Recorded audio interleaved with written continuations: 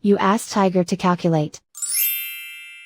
This deals with linear inequalities with one unknown. The final result is g smaller than 6. Let's solve it step by step. Swap sides.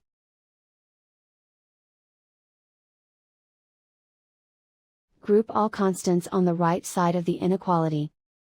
Subtract 15 from both sides.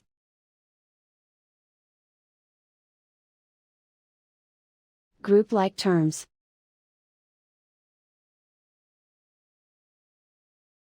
Simplify the arithmetic.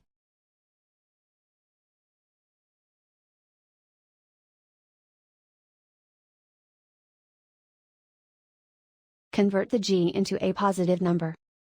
Multiply both sides by -1.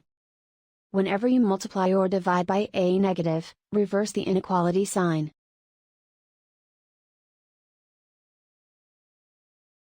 Remove the ones.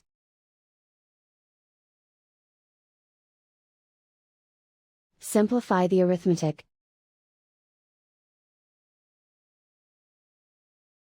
Plot the solution on a coordinate grid. And so the final result is g smaller than 6.